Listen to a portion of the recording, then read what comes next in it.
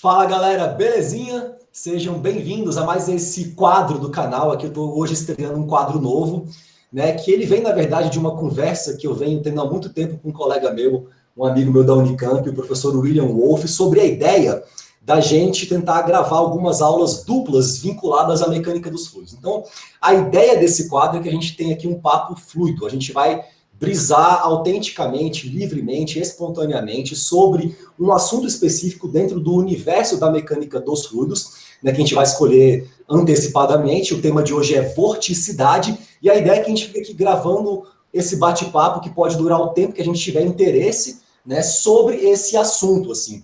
A gente vai mostrar vídeos e compartilhar lousas e falar de conceitos físicos, ideias, simulações, etc., dentro de um pré-roteiro, mais ou menos, alinhado com os tópicos da aula, mas a ideia é que seja de fato assim, um papo fluido. Então, sem mais delongas, eu queria começar essa aula dupla, cujo assunto é vorticidade, chamando o William para se manifestar. William, seja bem-vindo, cara, ao canal, apresente-se para a galera assim, e introduza, por gentileza, esse tema da aula de hoje, que é tão maneiro, que é vorticidade, velho. Tudo bem, meu salada, beleza? Eu sou o William, trabalho aqui na Unicamp como professor, né? Conheço o Rafael de longa data, né? Quando ele era professor aqui na Unicamp também. A gente, né, também sou baterista, então a gente, longos papos e longos tempos aí de ensaio em banda e tudo mais. E além da paixão pela música, a gente também divide aí essa paixão pela mecânica dos fluidos. E como eu estava falando com o Rafael, né, eu achei, junto com ele, que ia ser muito bacana a gente falar de vorticidade, circulação, mostrar as aplicações, né? Eu trabalho com simulação numérica, ele também, mas as simulações são muito diferentes. E a gente vai mostrar aí uma série de aplicações e de, né, vários vídeos, várias simulações, várias ideias sobre vorticidade, sobre circulação, né? E vamos lá, Rafael, acho que vai ser bacana. Massa demais, William, da hora, cara. E é isso, né? Longos tempos de banda e de conversa sobre música e de escutar Frank Zappa, né? No teu CD lá, quando a gente ia pra Unicamp, enquanto batia papo sobre mecânica dos fluidos. Rock and roll instrumental, cara. Rock and roll instrumental, arro. E, cara, e vorticidade, né? Foi um assunto que pintou aqui na nossa primeira conversa, assim, porque assim, é um mecanismo físico muito interessante, né, dentro da mecânica dos fluidos e que, assim, se manifesta em diferentes áreas de aplicação, né?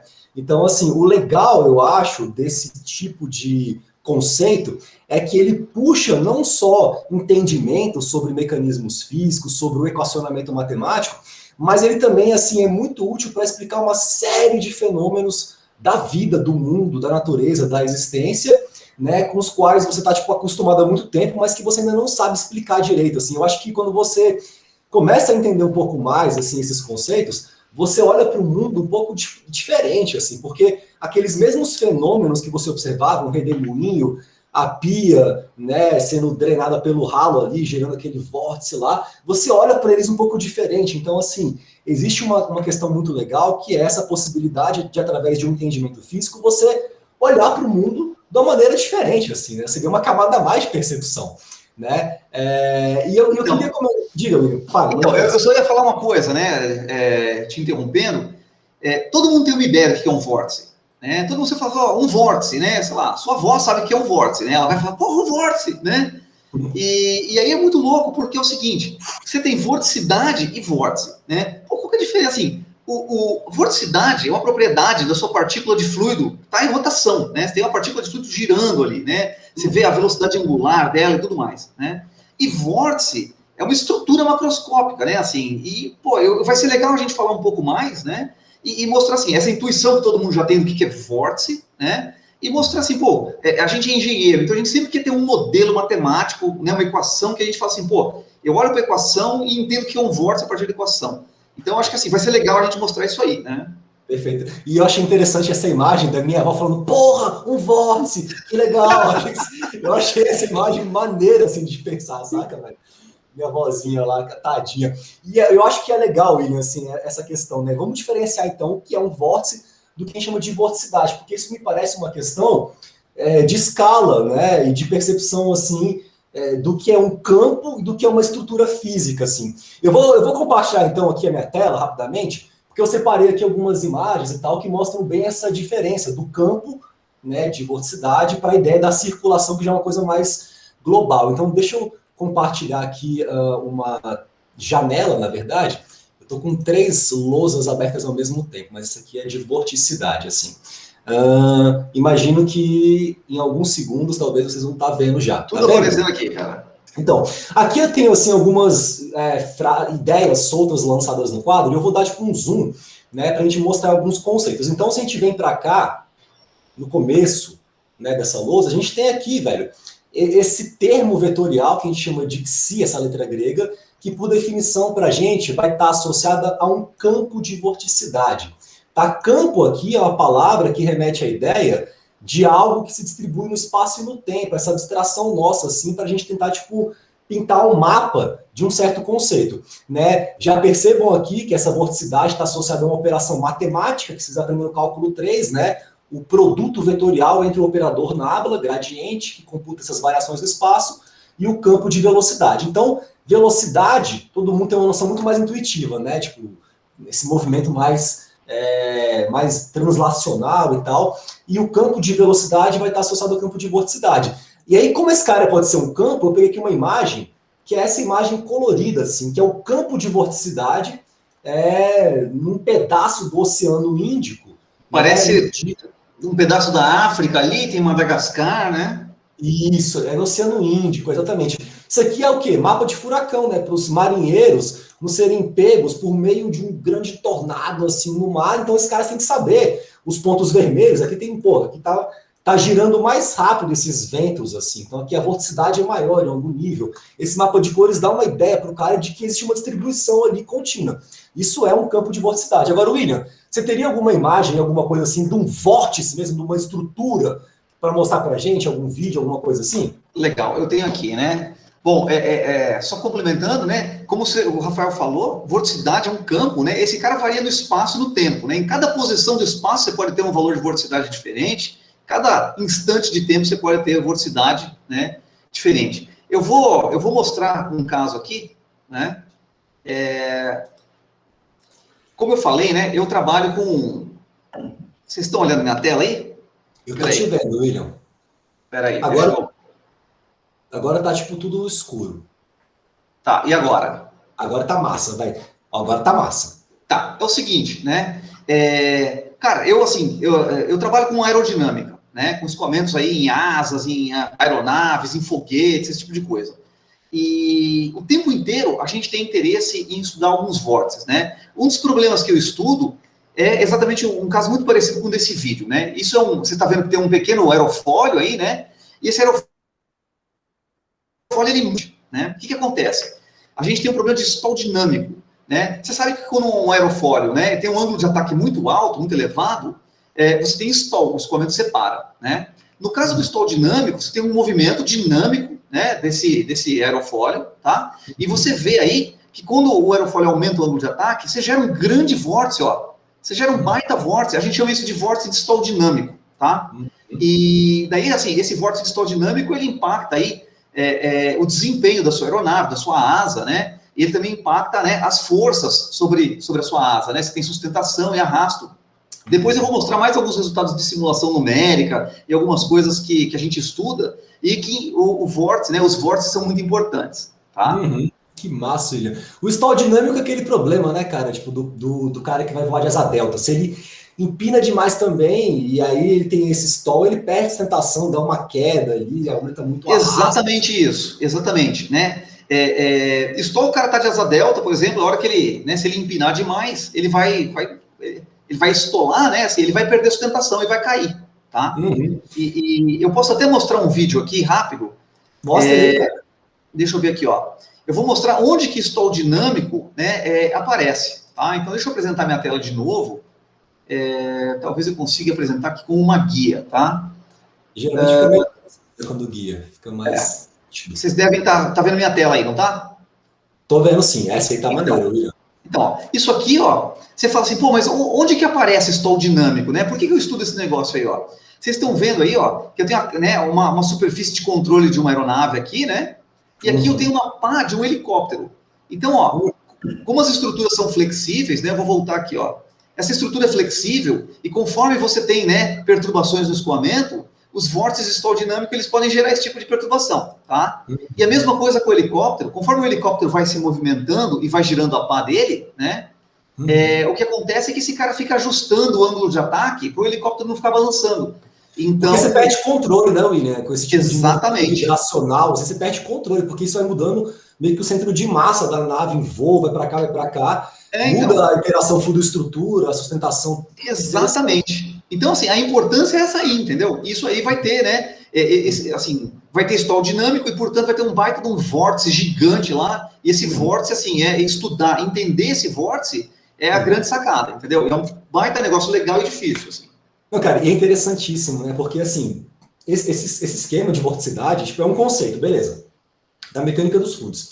Agora, quando você vai, assim, olhar para o mundo real, para ver onde esse conceito se aplica, você tem, assim, uma multiplicidade tão grande de áreas de interesse para tentar entender fenômenos do mundo, né? Que, assim, vão desde a aviação até as questões, assim, mais atmosféricas, né? Meteorológicas. Eu queria mostrar aqui aquela coisa que a gente falava um pouco antes de começar a gravar, que é aquele furacão em Júpiter, que eu acho muito interessante, assim, né? O William mostrou aí um exemplo de aplicação de vorticidade na indústria aeronáutica aqui, né? Eu separei aqui uma imagem, que está bem aqui, né? Você está vendo, né, William, isso daqui? Né? Perfeito, perfeito. Cara, isso daqui, velho, essa mancha aqui em Júpiter, que é um planeta, né, um gigante gasoso, o maior, né, do nosso sistema solar, isso aqui é um grande vórtice gigante, é um furacão, é um tornado gigante. Essa figura está em escala, então a Terra caberia tranquilamente aqui dentro. Assim. Na verdade, a gente estima que caberiam 2 terras quase aqui dentro.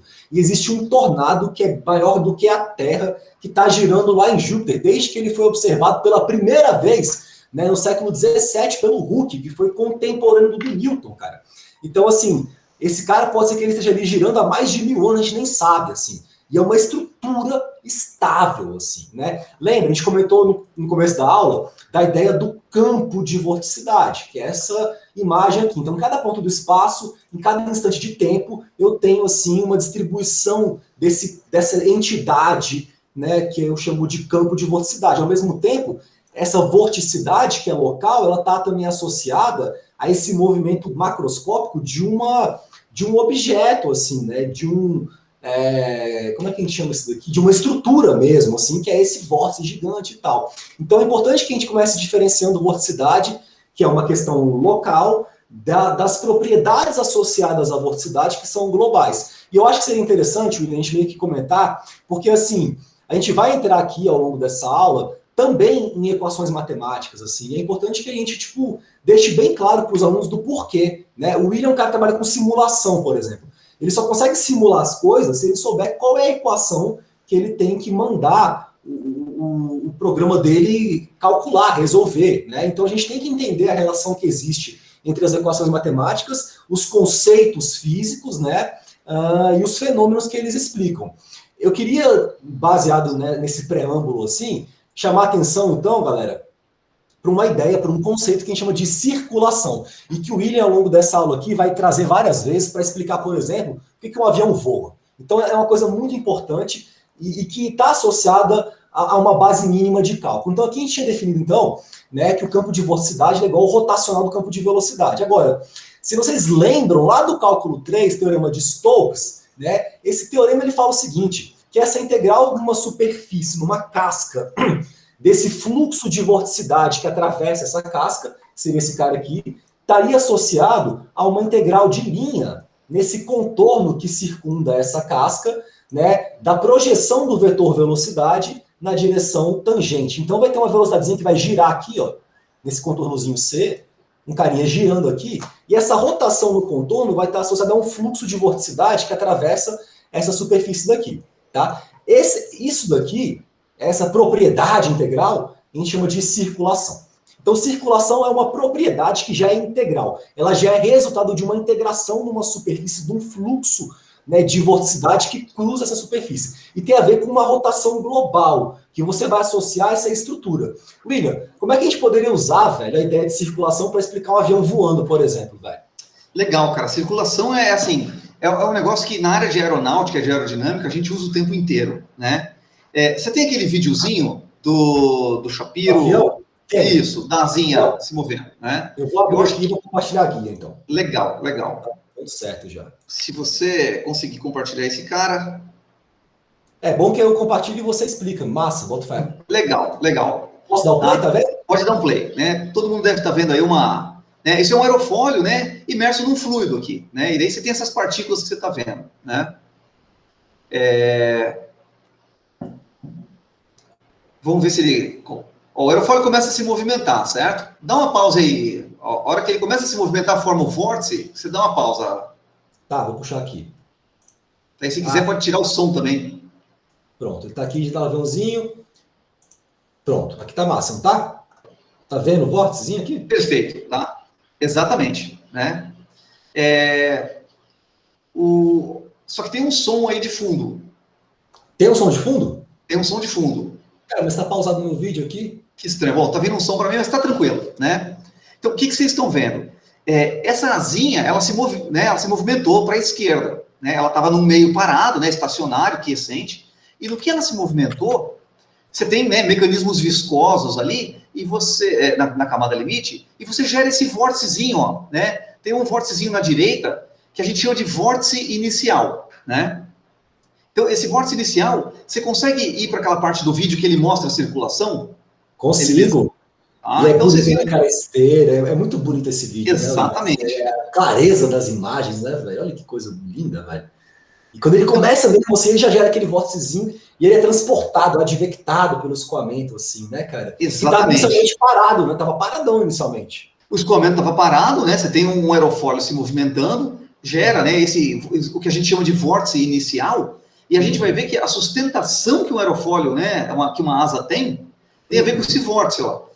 Quando você gera esse vórtice, né, você tem uma circulação que você gerou, né?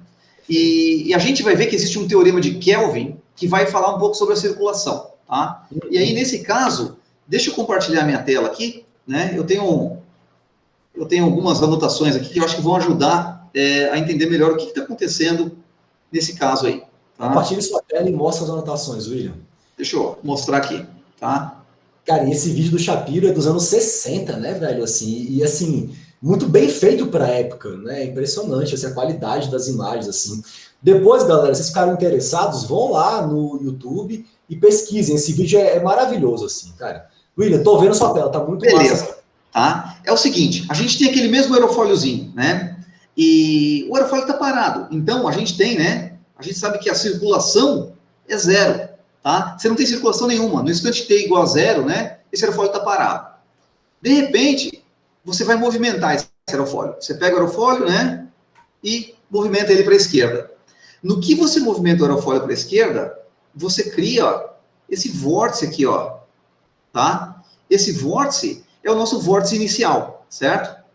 Então, você cria um grande vórtice, tá? No que você cria esse vórtice, você está gerando essa circulação aqui, ó. Essa circulação, ela tem valor menos gama, tá? Então, você cria uma circulação, né? E lembra, o que é a circulação? O Rafael acabou de mostrar, né? Que a circulação, ela pode ser dada, né? Por uma integral de contorno aqui, uma integral de linha, né? Da velocidade, produto escalar com o contorno. Então, se a gente pegar esse contorno aqui, ó, em amarelo, tá? E você calcular essa integral, você vai ter essa circulação que vai ser, né, relacionada com essa circulação desse vórtice, tá? Só que existe esse teorema de Kelvin, né? O teorema de Kelvin é essa equação aqui, ó, tá? O que ela representa? Ela está falando que a variação, né, total da circulação com o tempo, ela é nula, tá? Isso, depois o Rafael vai explicar. Né? Se o escoamento for barotrópico, daí ele vai explicar o que é um escoamento barotrópico, né? Se ele for não viscoso. Então, tem uma série aí de fatores, mas em aerodinâmica é importante a gente lembrar disso. Ó. A variação da circulação, né, ela é nula. Então, se a circulação inicialmente era zero, tá? Ela tem que continuar zero. E como você criou essa circulação negativa aqui, ó, você acaba que você cria uma circulação positiva sobre o aerofólio, tá? E esse aerofólio, né, e daí quando você soma as duas circulações, né, a circulação sobre o aerofólio mais a circulação do vórtice inicial, esse cara dá zero, e inicialmente você sabe que esse cara já era zero, tá? E daí é o seguinte, uma vez que você tem a circulação sobre esse aerofólio, agora é uma circulação, né, finita, diferente de zero, você consegue calcular a sustentação sobre esse aerofólio, tá? Pelo teorema de Kuta-Joukowski, você sabe que a sustentação, né, o lift aqui, é igual à densidade do fluido, né? No caso, a gente está considerando um escoamento incompressível, a velocidade, o infinito do fluido aqui, né, no campo distante, e a circulação, tá? Então, circulação é esse parâmetro, né, ultra importante que é utilizado para a gente conhecer, né, a sustentação numa asa, por exemplo. Então, ele é muito importante em aerodinâmica. Tá? William, deixa eu fazer só um parênteses lá, cara. Volta na sua lousa, por gentileza, velho, só para fazer um... Beleza, deixa eu voltar lá, então. Tá? Eu achei muito boa a tua explicação, cara. Para o pessoal de casa, assim, vocês percebem, o William mostrou esse teorema do Kuta-Joukowski, que é um teorema que explica essa produção de forças de sustentação no aerofólio por meio da circulação que se gera em torno dele. Mas mesmo que você não saiba desse teorema, e você de repente lembra de Bernoulli, olha que interessante, assim, quando você olha para o sentido da circulação em torno do aerofólio. Em cima, ela está acelerando as partículas que estão lá em cima. E embaixo ela está meio que freando, porque está em sentido contrário, né? Então, se a velocidade em cima está maior, a pressão por Bernoulli deveria diminuir. Então, você gera tipo, uma pressão maior embaixo do aerofólio do que em cima, né? Uma diferença de pressão entre o intradorso e o extradorso. É assim que chama, William, o pessoal da aerodinâmica? Intradorso, extradorso, esses nomes. Exatamente isso. Isso também explica, né? Tipo, esse lift por Bernoulli também. Então, dois caminhos diferentes para entender o mesmo mecanismo físico e que tem a ver com vorticidade, né? E com essa dinâmica toda, né? Exatamente. Isso que o Rafael falou, né? É exatamente o que eu desenhei aqui, ó. Veja que, ó, eu desenhei, né? As minhas, né? Os meus vetores de velocidade aqui em pontos específicos. Né? Então, olha como a velocidade, né? No extradorso. O extradorso é essa parte de cima do aerofólio, tá? Você espera que a velocidade seja maior aqui, né? E embaixo, no intradorso, a velocidade vai ser menor. Quando você olha para essa velocidade, imagina se você tem uma velocidade maior e uma menor, a hora que você faz a integral sobre esse campo aqui, né? Essa velocidade aqui é maior e essa é menor, a sua circulação está nesse sentido, né? Como o Rafael falou, como você tem uma velocidade maior no extradorso, nessa parte de cima aqui, ó, você tem uma pressão menor, você tem uma região de sucção, né? Aqui a pressão ela é menor do que a pressão no escoamento livre aqui, tá? Então você tem uma espécie de uma sucção aqui e embaixo a velocidade é maior, é menor, desculpa, e a pressão é maior. A hora que você integra essas forças todas aqui, ó, né, as forças de pressão, você tem a sustentação e vai ser uma sustentação, né, na direção positiva aqui, né, olhando, pensando, né, em eixos cartesianos, XY aqui, tá? Exatamente isso que você falou. Que coisa linda, né, William? A gente explica um negócio que é tão incrível, que é esse lance do voo. O ser humano ele é fascinado pela ideia de voar tanto tempo, e a gente hoje em dia, com o entendimento de mecânica dos fluidos, consegue explicar isso por uns 3 caminhos diferentes, né? Teorema de transporte de Reynolds, Kuta-Joukowski... Segunda lei de Newton, tudo então. Tudo se junta para você entender que porra que tá rolando, assim, né, naquele fenômeno físico. Eu acho isso é legal, cara. Isso que você falou é importante, sabe por quê? Olha como a ciência é fantástica, né? Você tem vários modelos para explicar o mesmo fenômeno, né? Que é o que você acabou de falar. E nenhum desses modelos fura em algum momento, assim, todos eles levam à mesma conclusão, entendeu? Ou seja, você não tem assim, não, esse modelo aqui tem uma falha. Não, tá tudo condizente, assim, é tudo, né, baseado em princípios fundamentais da física, né? E é isso que torna o negócio, né, bonito. Lindo, né, cara? Nossa, eu acho isso uma coisa tão incrível, assim, por isso que eu sou um cara meio que apaixonado por ciência, assim, né? Porque enfim, explica muitas coisas e, assim, é um processo que vai embelezando a sua forma de ver a vida, assim. William, sua câmera tá desligada, se puder voltar... Opa, liguei ela de volta aqui. Pronto, voltei. Cara, eu acho que seria interessante, William, já que a gente está mostrando esses fenômenos físicos todos, assim, né? A gente falou aqui de circulação, falou de vorticidade, assim, eu acho que a gente poderia tentar mostrar para o pessoal um pouco como é que a gente modela matematicamente isso, assim, até porque a gente está aguardando para o final da aula uma parte que você vai mostrar algumas simulações suas, tá? Que eu acho que é muito massa, mas assim, para a galera até entender, assim, em cima do que isso tudo se baseia, eu acho que seria legal mostrar algumas equações matemáticas, assim. Então, eu queria compartilhar... Mostra como é que você chega na equação de vorticidade, cara. Perfeito, que eu acho que é uma coisa bem legal, assim, né? Deixa eu pegar uma janela aqui, que é meu journal, e compartilhar com o pessoal para a gente meio que dar uma viajada, uma brisada em cima da simbologia matemática, dos mecanismos físicos, já com notação simbólica e tal, né? Que é importante, né, cara? É importante você saber isso, assim, porque, como você falou, a hora que você for resolver isso, por exemplo, uma simulação numérica, você tem que saber derivar a equação, resolver a equação, entender as propriedades matemáticas e físicas da equação, entendeu?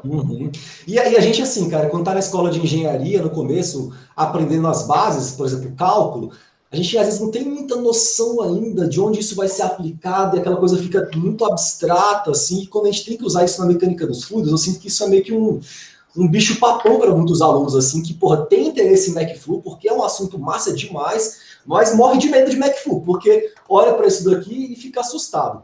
Então, assim, eu vou dar uma viajada nessa lousa aqui, falando da equação da vorticidade, porque nela vão aparecer os mecanismos físicos, que a gente depois vai linkar com vídeo, exemplo, simulação, para a gente meio que formular uma basezinha aqui que vai ser rápido. Eu não vou entrar num detalhe do passo a passo dedutivo, até porque, assim, eu tenho várias aulas já aqui nesse canal gravadas sobre isso, notação inicial e tal. Eu quero mais focar na física. Você vê minha lousa direitinho, William? Perfeito.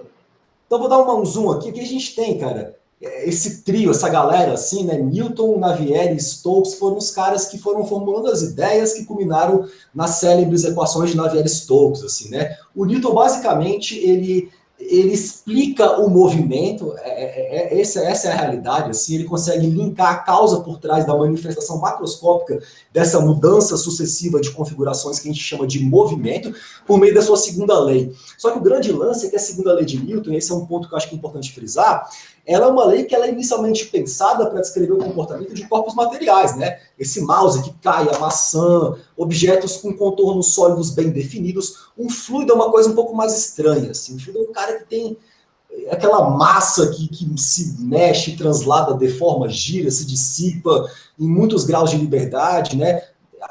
Ao mesmo tempo é contínuo, não tem buracos. Então, assim, o que Navier, Stokes, Cauchy, esses caras todos, assim, da mecânica mais dos meios contínuos, fizeram com as ideias do Newton foi, bora escrever esse princípio físico numa linguagem que seja, tipo, adequada à descrição das coisas da mecânica dos fluidos, né? Que é, basicamente, uma linguagem de campo.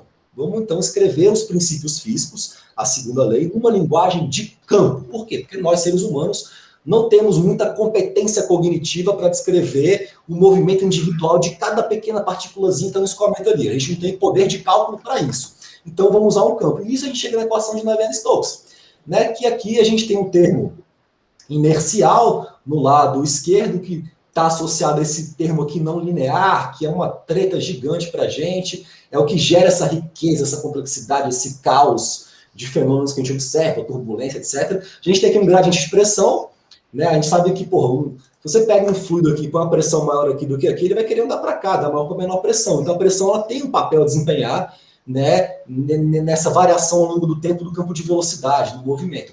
E aqui o termo viscoso e o termo de gravidade. Eu não vou entrar em detalhes porque isso aqui já é um outro tema. A gente pode até no futuro, né, William, quem sabe gravar uma aula sobre Navier-Stokes e ficar brisando aqui dentro. Poderia. É um tema incrível, assim, né?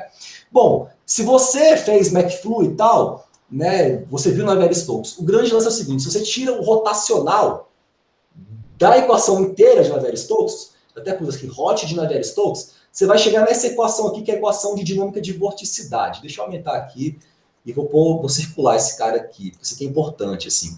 E essa equação é uma equação que basicamente fala pra gente como que a vorticidade varia ao longo do tempo. Vocês vão ver, a gente preparou uma sessão ao final dessa aula, meio que de react, que a gente vai ficar vendo uns vídeos malucos de gente doida, de coisa girando e reagindo, e usando isso para explicar esses mecanismos físicos que aparecem na equação da vorticidade. Então aqui a gente tem basicamente o lado esquerdo, que afirma que a vorticidade varia ao longo do tempo, e ela varia ao longo do tempo em função dos mecanismos físicos que estão ali se balanceando junto com ela numa equação. Isso aqui é uma equação. Essa soma tem que fechar. Então, esses caras estão meio que se balanceando. Cada termo ali está puxando para si um conceito, um mecanismo, e o outro responde, e é nessa dança desses termos que a gente explica a manifestação do fenômeno em si. Então, a gente tem um termo 1, que é um termo de advecção. Esse V é o campo de velocidade, né, que está transportando vorticidade.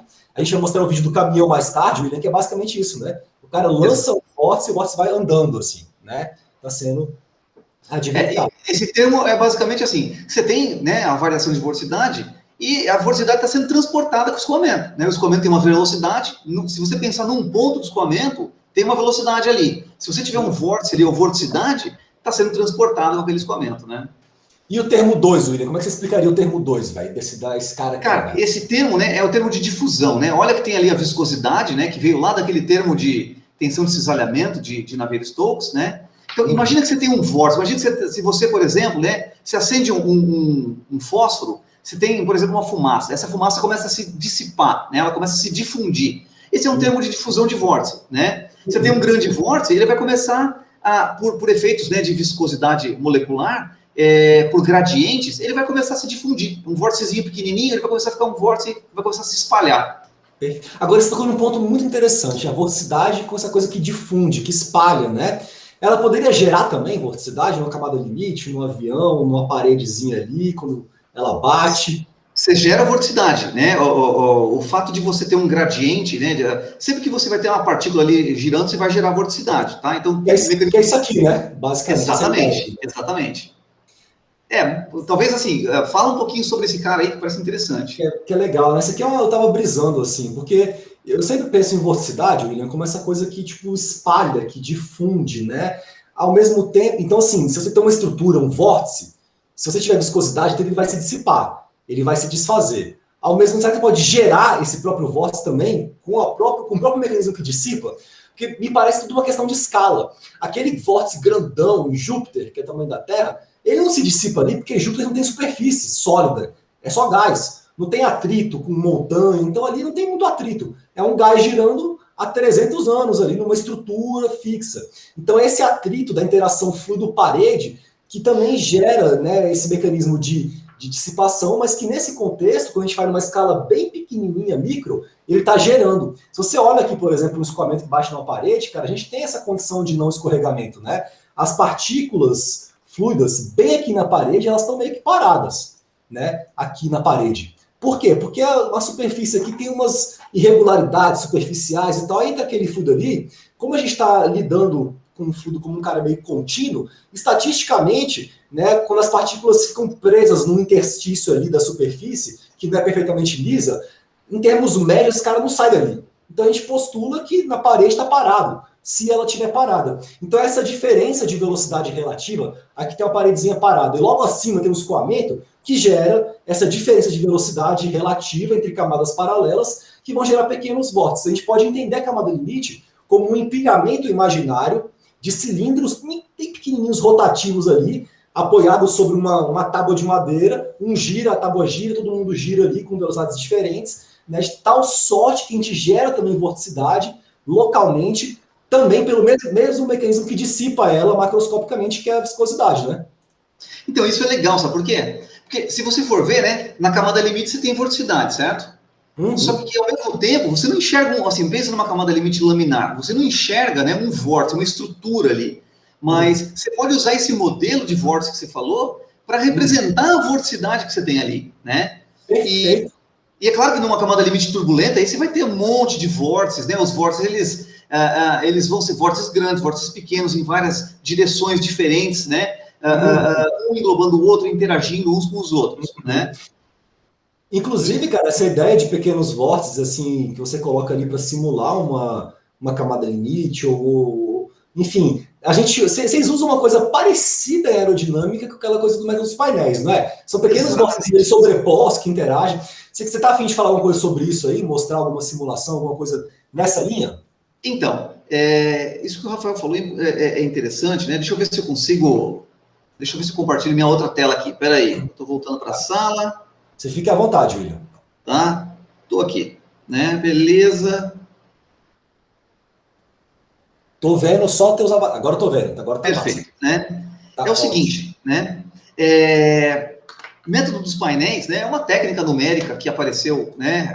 Há bastante tempo atrás. O pessoal de aerodinâmica utilizava para calcular, né? De novo, sustentação em asas, em aerofólios, né? Lembra que quando você tem uma asa dessa aqui, né? Quando você tem um aerofólio, você tem lá, né? O seu aerofólio, tá? E você tem a sustentação nesse cara. A sustentação não, a circulação nesse cara, né? A sustentação é que leva à sua sustentação, né? Você pode pegar essa circulação e quebrar ela em pequenos vórticezinhos, tá? Que é o que a gente está vendo aqui, ó. Imagina que você tem uma distribuição de pequenos vórticezinhos e que somados, né, eles vão te fornecer a circulação total. Você soma, né, a circulação total, vai ser a somatória, né, desses pequenos vórticezinhos, né? E cada um desses vórticezinhos, um vórtice vai interagir com o outro, né? Uhum. E esse negócio de interação de vórtices, eu acho que eu posso falar disso depois. Talvez, vamos falar um pouquinho do mecanismo de estiramento de vórtice, mostrar qual que é a importância desse mecanismo e dos outros mecanismos de equação de vorticidade. Bora, mas acho muito louco essa ideia, viu, velho, assim, de você inventar. A gente é muito criativo, né, velho? A gente pensa em vórtices pequenininhos ali, que tem que igualar esse balanço grande que a gente conhece para desenvolver uma técnica de simulação. Eu fico muito de cara com a criatividade dessa galera numericista, assim, saca, velho? É interessante, né? Como você sabe um conceito, né? Você sabe um conceito abstrato, né?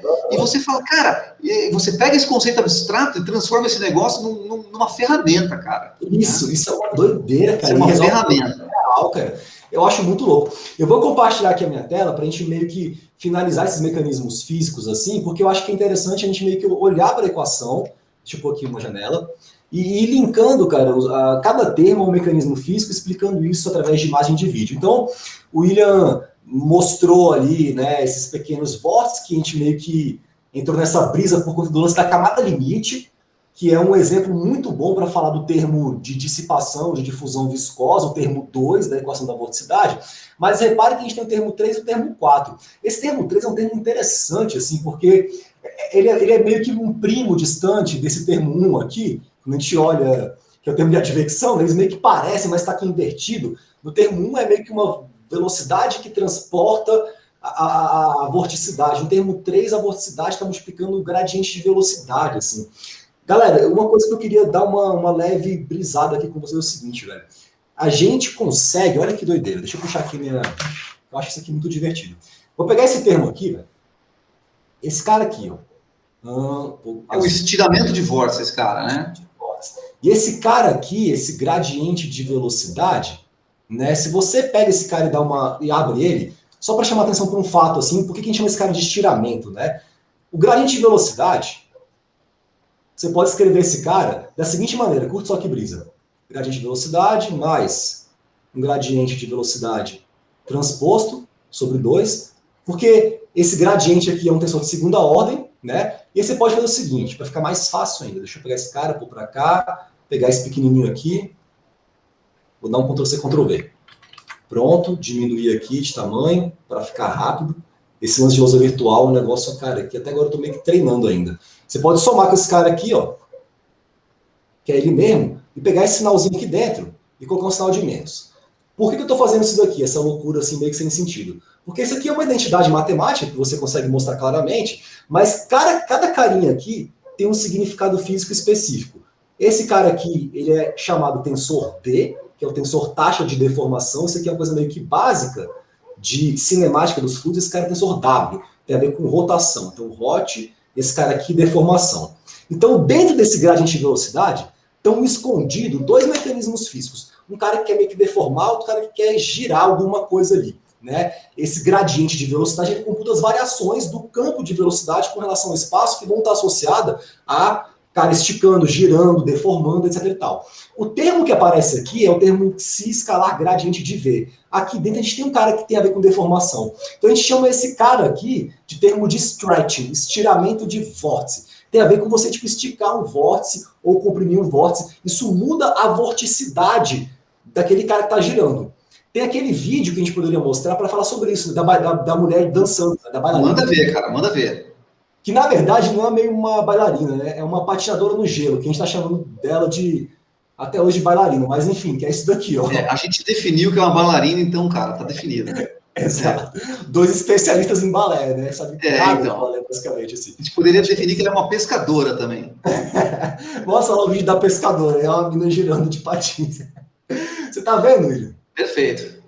Isso aqui, cara, olha que loucura. Era o vídeo daquela videoaula do Shapiro sobre vorticidade. De repente tem uma mulher fazendo patinação no gelo. Mas olha que interessante esse movimento. Tá girando. Ela fecha os braços e gira muito mais rápido, né?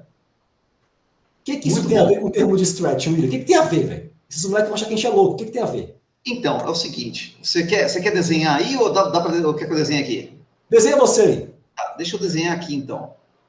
Que a gente alterna esse quadro. É massa isso, dar uma aula dupla, tem 2 quadros, 2 professores em lugares diferentes, assim, isso é uma coisa... Cara, isso é muito louco, cara. Deixa eu ver aqui. Eu vou abrir um... E a vantagem de ter uma lousa dessa aqui, é por que eu não estou mostrando? Ah, tá, porque eu preciso apresentar minha tela, peraí. Beleza, tá chegando aí. Tá? Então, tá vendo minha tela aí, né? Então é o seguinte, esse termo de estiramento de vórtice é uma parada maluca, né? Imagina que você tem aqui, ó. Imagina que você tem um... Esse aqui é um vórtice, tá? É um tubo de vórtice.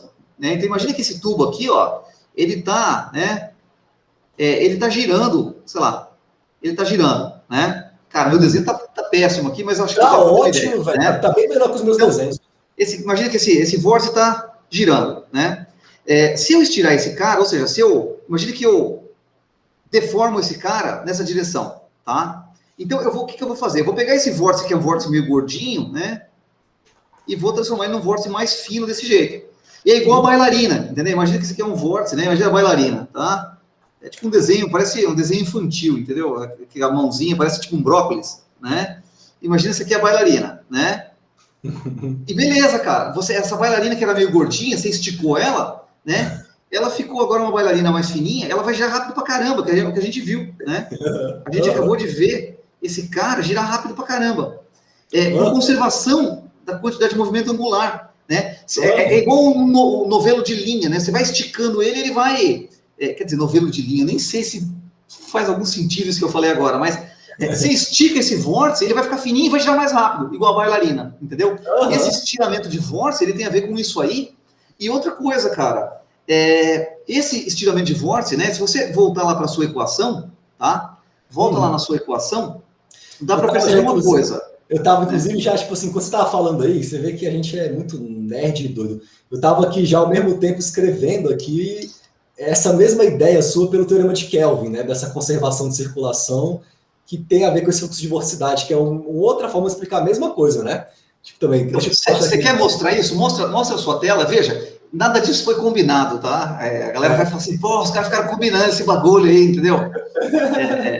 Mas é o seguinte, além de não ter sido combinado, bom, explica esse cara aí. Essa mesma ideia, né? A gente tem a circulação, que é essa integral de superfície dessa vorticidade que cruza uma área, então esse fluxo de vorticidade. E o teorema de Kelvin, ele enuncia que em certas condições físicas, né, tem que ser fluido, acho que invisto, eu não lembro agora de cabeça. Tem que ser não viscoso, Não viscoso e tal. Tem umas restrições, mas existe um cenário físico que dá para a gente demonstrar tranquilamente, no qual essa circulação não varia no tempo. Esse cara é constante. Agora, se esse cara aqui, ó, se escalar dA, então em algum nível, se você tem, por exemplo, uma vorticidade constante, um vórtice ali, em que ela é constante, você pode falar que a vorticidade no estado 1 vai ser igual um valor médio da vorticidade no estado 1 vezes a área em 1, e esse cara aqui tem que ser igual à circulação no estado 2, que é igual, né, a vorticidade no estado 2, depois a área 2. Você pega um vórtice aqui, desse tamanho aqui, grandão, e você tipo, transforma ele num vórtice pequenininho assim, com área bem menor, essa área aqui... Essa área projetada do vórtice, né? Essa área aqui da casca, né, tipo, desse cara que gira assim e tal. E aqui ele tá afinando, então tem uma área de passagem interna menor assim, uma área 2.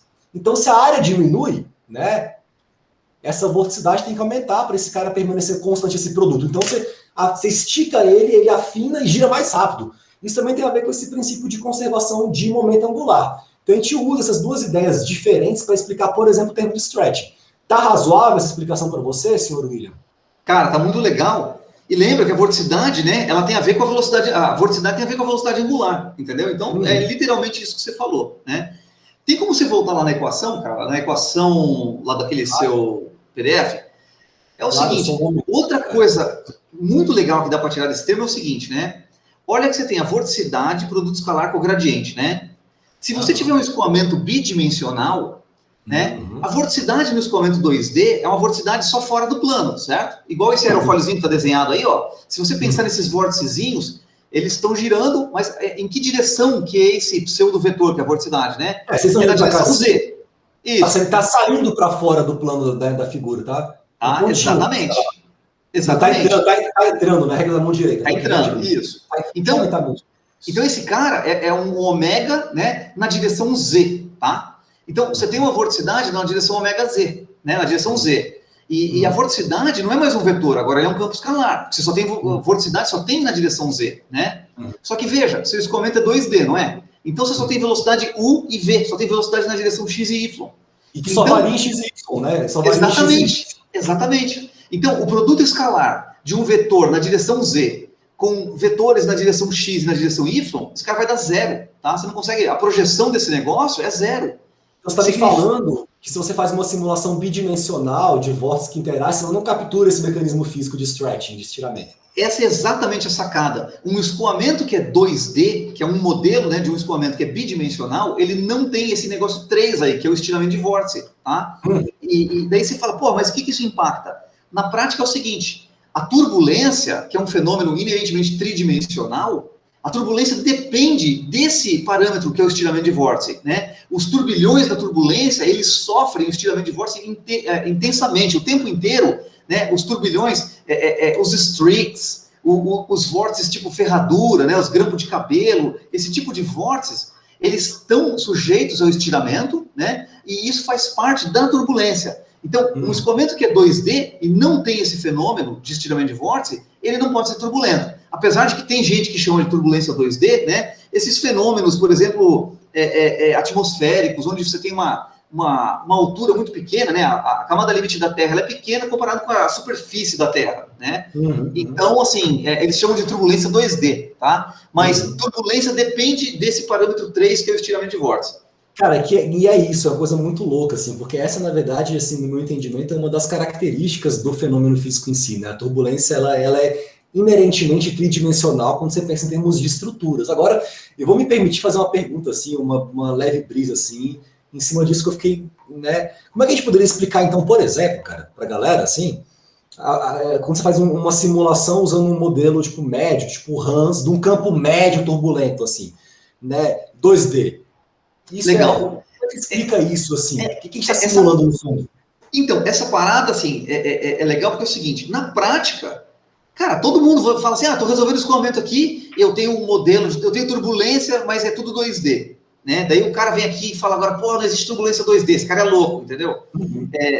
É fato que não existe turbulência 2D. Quando você faz uma simulação bidimensional, né, tipo runs, você está modelando a turbulência. Você não está resolvendo os efeitos reais que a turbulência tem naquele escoamento, mas você está representando com um modelo de turbulência qual que seriam os efeitos da turbulência real naquele campo de escoamento. Então, a turbulência ela existe e você fala assim, olha, o modelo de turbulência ele tenta representar o que a turbulência faria com aquele campo, que é um campo médio, né, do escoamento, é um campo médio no tempo, né? Então, é isso que o modelo de turbulência faz. Tá? Cara, e é muito legal, porque rigorosamente, assim, às vezes por uma perspectiva de aplicação industrial, você quer saber a velocidade média, a velocidade máxima, a distribuição de velocidade dentro do... Como é que é a pressão, esse negócio separa ou não separa, qual que é uma... Assim, Você não quer saber, assim, eu quero os detalhes da geometria, das estruturas transientes desse escoamento, porque aí você vai para um outro nível de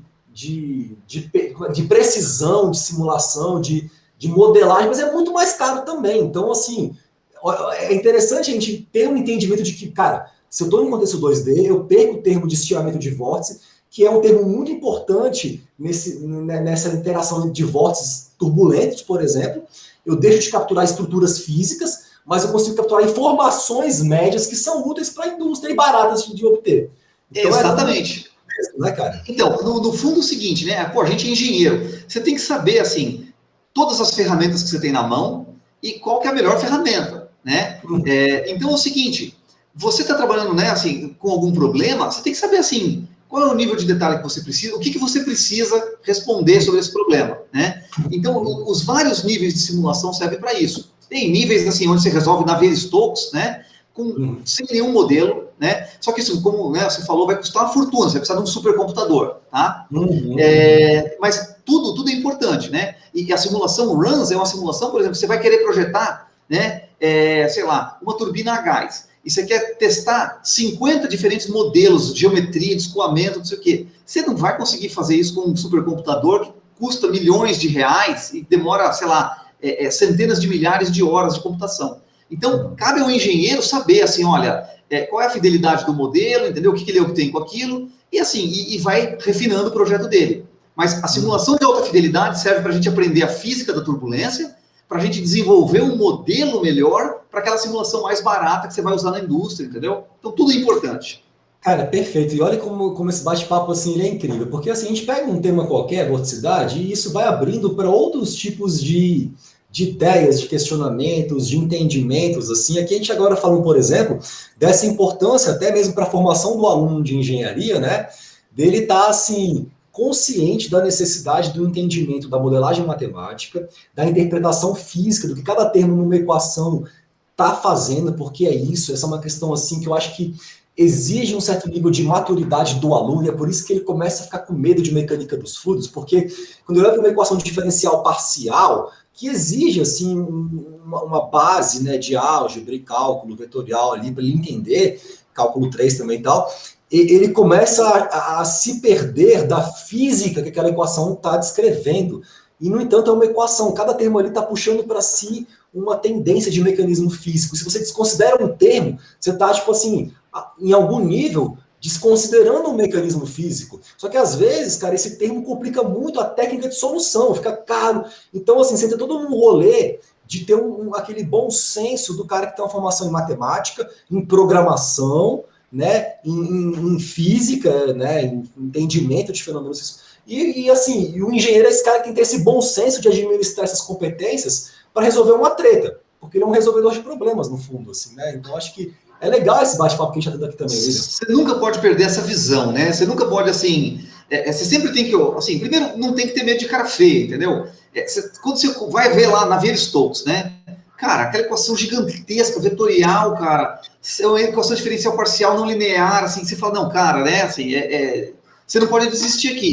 Você tem que olhar para ela, né, lembrar das ferramentas, assim, o curso de engenharia é assim, é um aprendizado de ferramentas, você vai aprendendo ferramentas, entendendo os modelos, e assim, e você sempre tem que tentar observar uma física naquilo, né, aquilo não pode ser uma equação, assim, você não vai impressionar, entendeu, sua namorada só com aquilo, você tem que chegar para ela e falar para ela, ó, cara, além dessa equação aqui, ó, esse termo aqui, esse é o termo, né, de dissipação, cara, entendeu? Assim, e daí ela vai ficar impressionada, né? Não só a sua, eu queria ver, na verdade, uma mulher engenheira, assim, azarando o menino falando de Navier-Stokes também, que eu acho que é mais elegante. Isso ia ser muito legal, cara. Pegando o boy e falando, meu irmão, é o seguinte, isso aqui é Navier-Stokes, explicando pro cara, assim, né? Eu sinto, cara, que deveria ter mais mulher na engenharia, assim, para ter mais esse lance da criatividade, enfim, assim, porque esse escoamento é irrotacional, cara, esse escoamento é irrotacional, entendeu? Seu otário.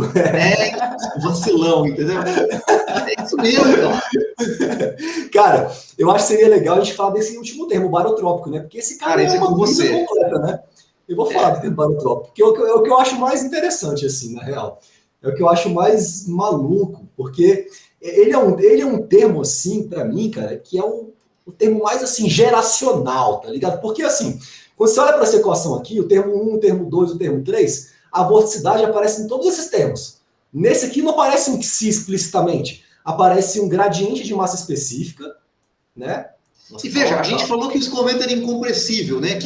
Por que tem um gradiente de densidade, de massa específica, se a gente falou que era incompressível? Pois é, essa é uma questão assim, cara, que dá um nó na cabeça das pessoas há tanto tempo, né? Que tem muito a ver com compressibilidade, cara, é uma coisa que eu entendo muito com essa variação de massa específica, mas que está vinculada a algum tipo de mecanismo ali. Então, por exemplo, um escoamento muito, muito rápido, assim, que já seria mais o seu contexto, você tem essa dilatação dos elementos de fluido ali, né, por essa velocidade muito grande que ela está se propagando no meio, então rola essa defasagem, enfim, que a partícula se estica ali. Agora, se você também esquenta, seria um outro mecanismo no qual esse cara dá uma dilatada.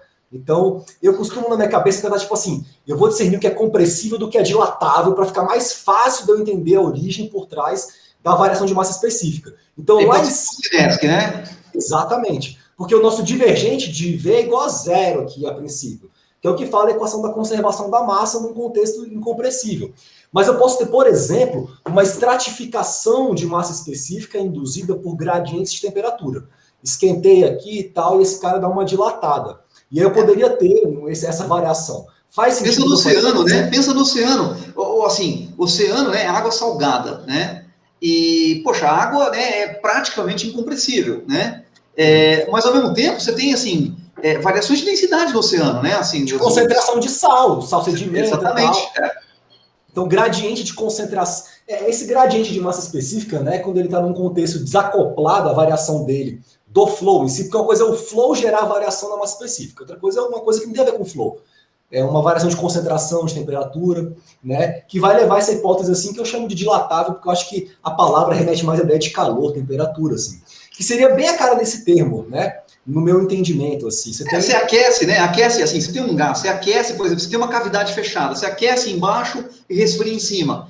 Poxa, você vai, assim, o escoamento pode ser incompressível, como você falou, divergente da velocidade é zero, né? Mas a densidade pode mudar e você tem empuxo, né? Exatamente. E o que gera vorticidade é o desalinhamento desses gradientes de massa específica e de pressão. Então, assim, se você tem, tipo, as suas isobáricas desalinhadas das suas isocólicas, elas não estão paralelas, tem esse desalinhamento, isso vai gerar uma vorticidade, que tem bem a ver com esse lance de temperatura que você falou, William. A gente podia mostrar aqui para as pessoas, para explicar esse termo, algumas imagens, né? Esse cara que eu coloquei aqui, né, ele está associado, por exemplo, a esse tipo de coisa, esses fire needles, né? Você tem aqui os bombeiros de cara, assim, deve ser Austrália. Esses cara, eles estão só olhando pro fogo, estão... Tipo assim, cara, já era, galera, vamos eles só... estão curtindo o bagulho. É porque é um espetáculo muito bonito, assim, né, velho? Eu, se fosse bombeiro, também ia ficar só olhando.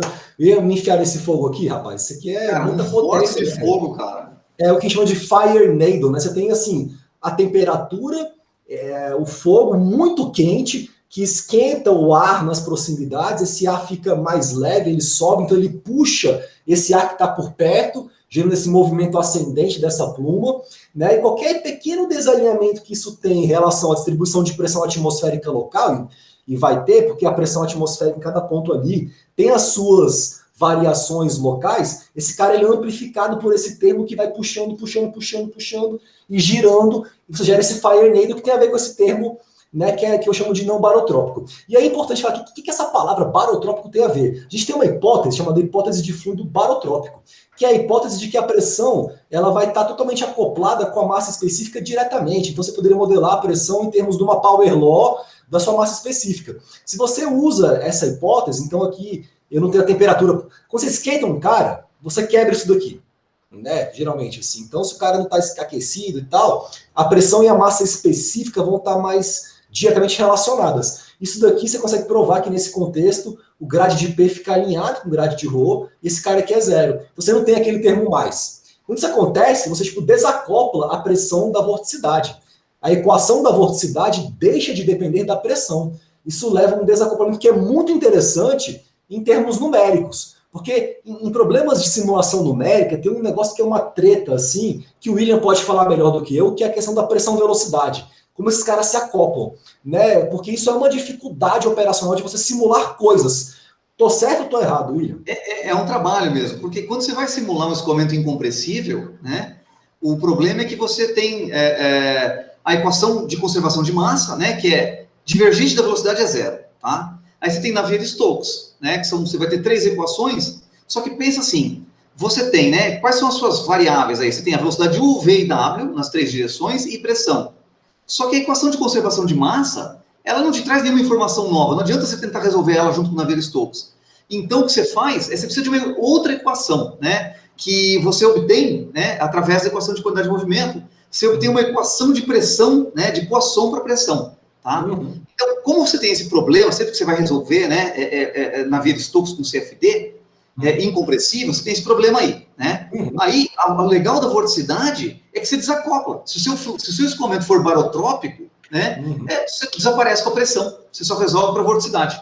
Tá? E eu vou te falar, cara, que eu uso isso direto para simular fluidos magnéticos, assim, essa formulação vorticidade função de corrente, assim, eu uso na minha pesquisa, olha que loucura, assim, né? Tipo, eu quero simular um problema ali que, a princípio, não é um problema, assim, de um vórtice girando, é um fluido magnético escoando num degrau e tal, só que eu tenho que resolver essas equações.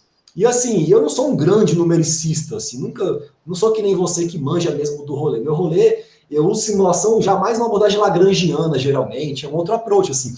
Então, eu tenho que resolver isso, eu sei que a equação da vorticidade para um fluido ali, tipo, barotrópico, ela desacopla a pressão da vorticidade, eu consigo usar isso como uma ferramenta para simular um cara que, a princípio, não tem nada a ver com vórtices girando, que é uma coisa muito legal, assim. Eu acho que a gente falou bem, William, de todos os termos aqui da equação da vorticidade, assim, né? Eu acho que a gente poderia agora apresentar algumas curiosidades. Você, por exemplo, mostra umas simulações suas típicas de vórtice interagindo. Eu falo depois um pouquinho de vorticidade com fluidos magnéticos, que é mais a minha pesquisa, porque a gente linka o assunto às nossas, sei lá, pesquisas, cosmovisões científicas. Bota fé? Legal, legal. Deixa eu mostrar os resultados de simulação aqui, tá? Uhum. Vamos lá. Porque isso é bem legal pra galera, assim, saca? Tipo, Então, isso aqui é assim, simulação.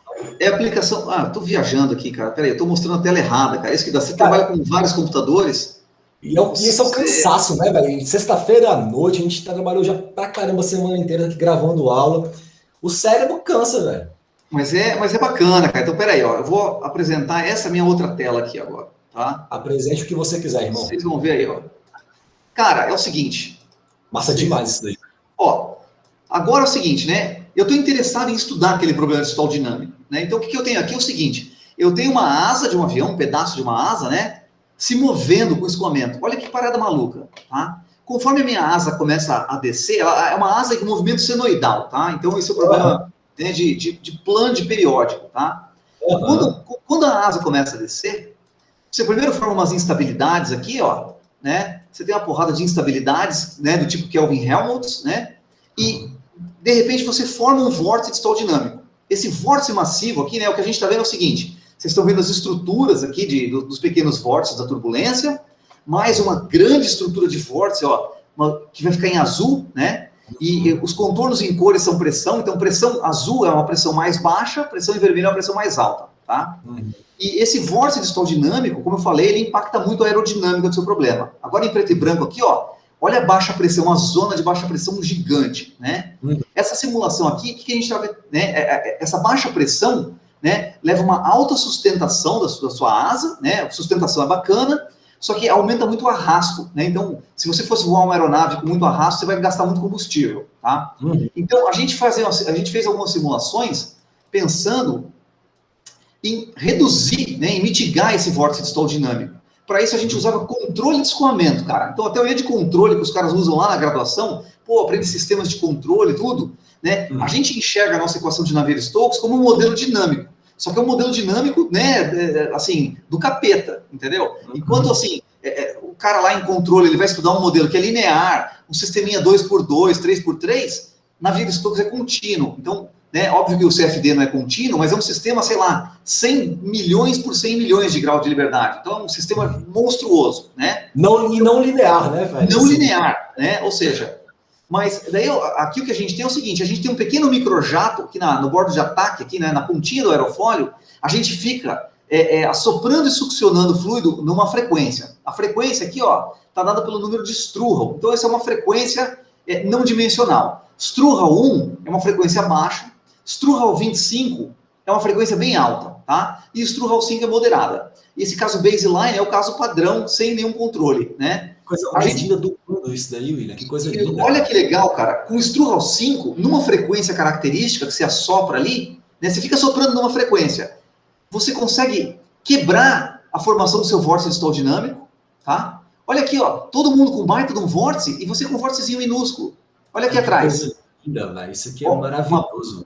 Baita região, né, de baixa pressão, que é o centro, né, é o núcleo do seu vórtice de stall dinâmico, e aqui, ó, você não tem nada. Você quebra em estruturas menores, ou seja, a energia ela é dissipada em estruturas menores, e você acaba que você consegue, então, mitigar aquele efeito do stall dinâmico.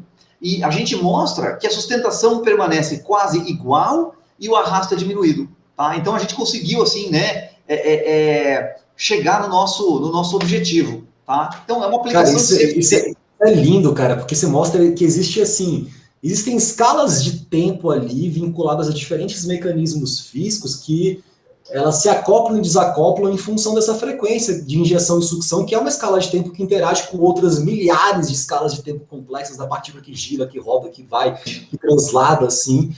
né? E a simulação te dá, assim, uma informação desse nível, né, velho? Assim, uma coisa... Exatamente. Você consegue ter todas as escalas de tempo ali. Pô, se você, por exemplo, né, fica modificando o escoamento numa frequência muito alta, né? Não Uhum, pega nada. Muito baixo, uhum, não pega nada. Mas você, assim, você vê, o fluido, ele é receptivo, né? Esse escoamento, ele é receptivo a uma certa frequência. Tem alguma uhum, frequência que o fluido, né, assim, ele é mais receptivo a mudar a uhum. dinâmica dele, né? Então, cara, tudo isso é Navier-Stokes, cara. E o legal, assim, se você faz uma simulação e você altera a viscosidade do fluido, você muda as escalas de tempo do problema, porque a viscosidade tem a ver com esse mecanismo de dissipação, de quantidade de movimento, assim. Tanto é que você pega a viscosidade cinemática, deve ser metro ao quadrado por segundo, tem um segundo ali, É metro né? quadrado por segundo. Você pode brincar de mudar, porque num caso real, você não pode controlar a viscosidade do ar real. Na simulação você brinca, você muda o valor ali.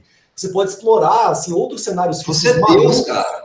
Exato. Como é que esse aerofólio se movimentaria em Júpiter, que tem outra densidade, outra gravidade, outra massa específica, o meio. Você muda lá as propriedades e tal, e você simula isso lá. São as Exatamente. mesmas leis, tá ligado?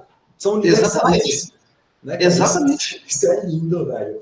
Que massa, William. Eu vou aproveitar também, então, para mostrar um pouquinho, assim, de uma aplicação interessante desses conceitos de vorticidade na minha pesquisa, assim, né? Eu trabalho com uma coisa que não tem nada a ver com o William, apesar de sermos colegas, assim, fluidodinamicistas, isso eu acho uma coisa que é mó barata, assim, porque mostra, velho, o tanto de área diferente que tem dentro de MacFlu, né? A gente tem, cara, até mecânica dos fluidos, tipo astrofísica, né? Astrophysical Fluid Dynamics, assim, então tem de Biológica, é. tem de tudo, assim. E a Navier-Stokes a base de tudo, né? Tipo, é uma coisa que eu acho muito interessante. Eu vou apresentar aqui, velho, umas ideias muito interessantes que a gente usa muito esse conceito de vorticidade dentro da aplicação de fluidos magnéticos, né? Então, assim, para a galera que não sabe o que é um fluido magnético, eu acho que é interessante mostrar. Eu vou compartilhar aqui um vídeo, cara, que eu gravei, velho, há muito tempo atrás, no mundo sem pandemia, quando a gente viajava para fora, ia para museu de ciência brincar com os brinquedos. Então eu gravei isso aqui em Nova York, no Museu de Ciência de Nova York, muito tempo atrás. Isso aqui é uma piscininha de fluido magnético, tá? Esse líquido escuro, que é basicamente um óleo em que você impregna dentro da sua microestrutura várias pequenas partículazinhas magnéticas permanentemente magnetizadas de tamanho nanométrico. Então você, tipo, taca nanoímã permanente dentro do fluido, ele fica até escuro, assim. E aqui embaixo tem, tipo, um ímã em cima também. E aqui eu vou brincar. Esse aqui é o ímã que tá aqui embaixo, e tem outro em cima. E eu tinha umas manivelas que eu girava para poder aproximar o ímã de baixo de cima. Quando aproximava o ímã de baixo de cima, foi uma dessas estruturas muito loucas, parecendo aquele fluido, né, daqueles filmes do Schwarzenegger, do Exterminador do Futuro, né, aquele material que se junta e se forma em estruturas, mas era um líquido, velho. Né? E aqui com Isso é o fluido, né? Isso é o fluido. Isso é um líquido escuro. Né? Aqui eu aproximei o ímã de cima também, então o campo magnético que puxa as partículas, tanto em cima quanto embaixo, ficou muito forte. E ele foi lá para cima, o fluido, né? E ele sobe, ó.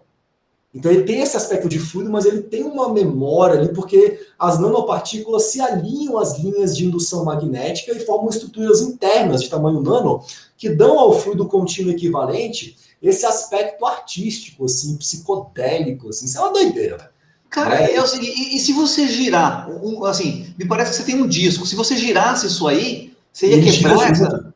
Ele gira junto, mas é que tá. Dependendo da velocidade angular, você quebra assim a Tá, estrutura. tá. Vai depender de um balanço de mecanismos físicos muito louco que vai estar associado à velocidade angular, que você vai girar o disco lá, e também assim a intensidade do campo que você aplica, que é o que dá esse caráter de uma coesão. Se eu enfraqueço o campo, e claro, ao mesmo tempo, depende também da resposta magnética das partículas. Então tem materiais de partículas, aí você vai magnetita, né, Que ferrita e tal. respondem em escalas de tempo diferentes. Isso. E o tamanho da partícula também muda a escala de tempo que ela responde e tal. Se ela tem 5 nanômetros de raio, ela vai responder num tempo. Se tem, tipo, 10 nanômetros em outro tempo, assim. E aí é uma brisa, assim, completa isso daqui, né? E aí, cara, a gente usa isso também na pesquisa, né? Essa ideia de vorticidade em fluidos magnéticos. Eu preparei aqui uma lousa para apresentar rapidamente para vocês, né? De algumas investigações que eu andei fazendo aí sobre os mecanismos de produção de vorticidade de origem magnética. Então aqui a gente tem nosso fluido magnético, bonitinho aqui. Essa imagem, William, é a imagem real do meu aluno, do Ciro. Ele fez aí na Unicamp. Que massa, cara. A gente tem aí no laboratório da Unicamp uns 5 litros de fluido magnético, assim, cara. E é um cara tão caro que você compra por ml. Você tem noção, assim, o preço é por ml. A gente tem 5.000 ml, assim, Você já compra o fluido magnético, né? Você não compra Isso. um fluido qualquer, um óleo, e depois você dispersa as partículas. Não, porque, assim, as partículas magnéticas, cara, elas têm uma tendência de formar agregados ali internamente, assim, porque Ah, elas, né, e se elas são muito agregados, elas acabam, tipo, sedimentando, formando corpos de fundo, porque o que garante que ele vai ficar estável é o fato de elas serem pequenas. É a agitação térmica das moléculas do líquido batendo ali que faz com que elas fiquem ali meio que randômicas e não sedimentem, porque elas são mais densas que o líquido. É ah, ferro, é um óleo, então, assim, elas não sedimentam por conta de serem pequenas. Então, o que a galera faz? Eles têm que colocar alguns surfactantes, que são tipo estabilizantes na superfície das partículas, para evitar que elas formem agregados. São nanomolas repulsoras de ácido oleico e tal. Então, existe uma tecnologia por trás desse know-how, do tanto de tá. surfactante. Tem a galera que mexe a vida inteira só com síntese. E eu não sou esse cara. Então, eu compro pronto o fluido magnético. Eu quero ver esse bicho escoando. O que vai acontecer? Porque eu sou um cara da mecânica dos fluidos, né? Não muito de síntese. Assim. Geralmente, o pessoal da química que mexe com isso. Entendi. Né? Mas o legal é o seguinte, que a equação da vorticidade, ela tem um termo a mais de origem magnética quando o fluido é magnético. Esse termo aqui, na verdade, assim, eu dei uma simplificada já nele, porque quando você vai entrar dentro dessa área de ferrohidrodinâmica, aí você tem mais 1 milhão de teoremas e ideias, porque entra eletromagnetismo. Então, assim, num contexto particular específico, a gente consegue mostrar que você tem um termo de geração de vorticidade que está associado não mais ao desalinhamento dos gradientes de massa específica com os gradientes de pressão, mas dos gradientes de suscetibilidade magnética, o quão suscetível esse cara vai ser a se magnetizar. E aí, por exemplo, onde está mais quente, as partículas estão mais agitadas. É mais difícil magnetizar elas. Onde está mais frio, elas estão mais de bobeira, mais receptivas a serem magnetizadas pelo fluido, pelo campo que você aplica. Então, esse gradiente de suscetibilidade tem a ver também com temperatura, por exemplo, tá? Né? E os gradientes do campo que você aplica. E isso você consegue controlar.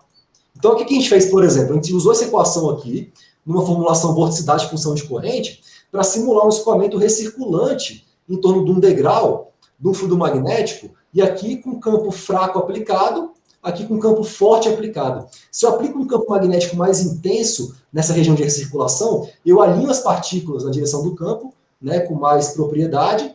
Inclusive, essas setinhas girando, isso aqui é o campo de magnetização. Né? Então, assim, a vorticidade afeta como o fluido se magnetiza também. Porque Mas ela o que gira. é essa linha preta? Essa linha preta é o tamanho da bolha de circulação? Exatamente. A linha preta, né, desenhada é o tamanho da região da bolha de Você circulação. consegue, então, reduzir, você consegue, assim, claramente modificar o campo de escoamento, assim, alinhando as partículas magnéticas de uma certa forma. E aplicando um campo, exatamente. E o que a gente fez? A gente foi, então, vamos ver como é que isso aqui se comporta. E a gente vê aqui, ó, nessa região, nesse gráfico aqui, isso aqui é o comprimento da região de recirculação, em função da fração volumétrica de partículas do ferrofluido, 5% em volume, 10%, né? 25% aqui já no final, né? E aqui aumentando a intensidade do campo. Então, para campos muito fortes, fluidos muito concentrados, eu diminuo bastante a região de recirculação, né? Claro que, assim, isso aqui é uma exploração bastante conceitual. Não tem nenhum experimento no mundo disso daqui. Assim, para mostrar, assim, se é a ordem de magnitude dos meus parâmetros que eu estou brincando está adequada a uma coisa viável. Mas o conceito já existe, pode ser testado por meio de uma simulação computacional baseada na equação da vorticidade para um fluido magnético. Né? Isso aqui é uma grande brisa, assim, né, William? Doido, cara. Doideira, né, velho? É uma loucura, cara, tipo, isso daí, né? Isso também a galera também usa, por exemplo, em contexto já, tipo, não isotérmico. Isso aqui é um artigo, cara, dessa galera aqui que eu separei. Cadê meu mouse, se eu achar? Tá aqui embaixo. É um artigo de 2017, assim, dessa galera aqui. Esses caras simulam um escoamento dentro de uma cavidade. Então aqui eu tenho uma cavidade fechada, parede de cima diabática, parede de baixo diabática, e eu ponho um ΔT entre a parede da esquerda e a da direita. Então eu vou gerar aqui aquele movimento de células convectivas. E eu ponho dentro da cavidade um fluido magnético e um ímã ali, gerando um campo bem forte lá dentro. Né? Isso aqui vai mudar totalmente os padrões de movimento do fluido aqui dentro.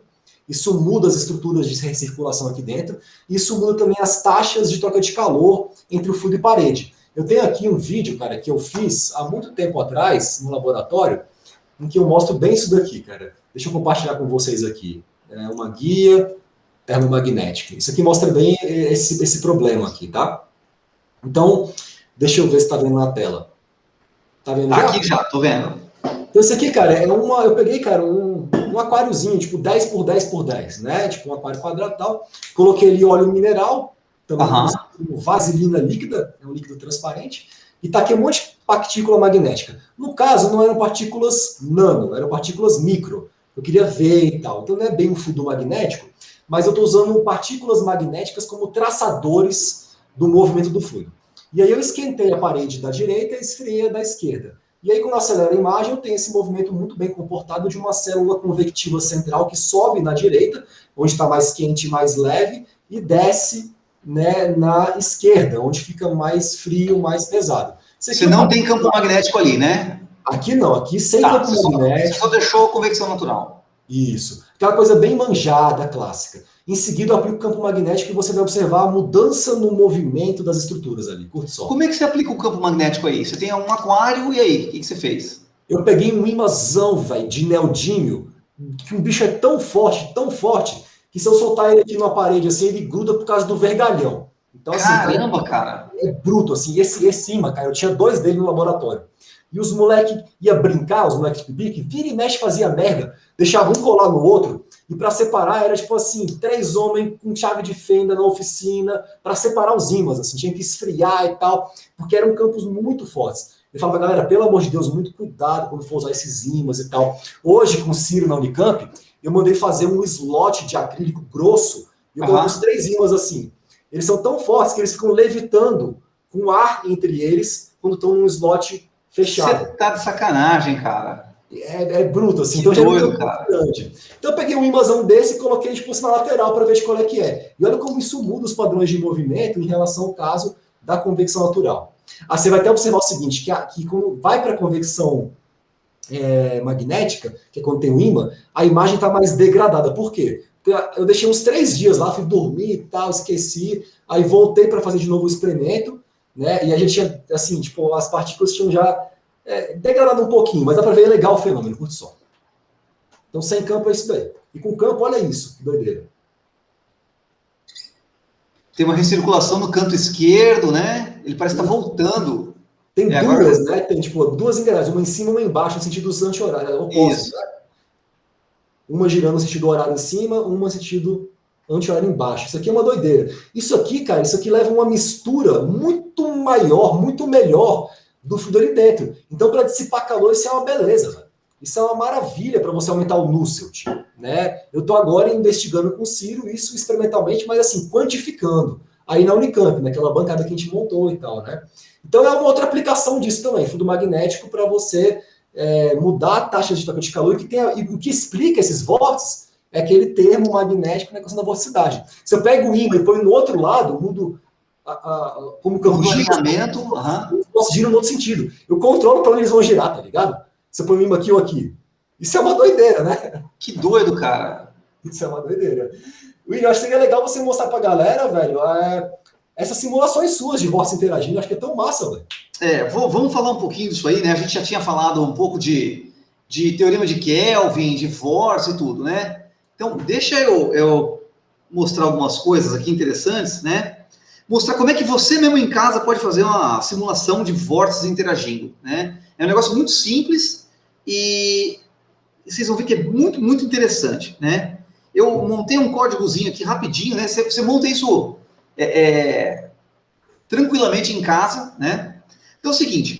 Você fez em que linguagem, só para a galera saber? Eu fiz em Fortran, mas você pode fazer em MATLAB, em Python, em C, em Fortran, em Lua, em Julia, o que você quiser, né? Eu sou um advogado do Fortran, assim, eu adoro essa parada, velho. Inclusive, ó, galera, o William vai mostrar as simulações que ele fez no código que ele escreveu em Fortran. Se você não sabe programar em Fortran, tem um mini curso de programação científica em Fortran aqui no meu canal, de 6 aulas. Dá uma olhadinha lá que você vai curtir. Eu ensino como é que instala compilador, roda simulação. Bom barato. Mas, William, manda bala lá, velho. Fortran é muito massa, cara. Recomendo, assim.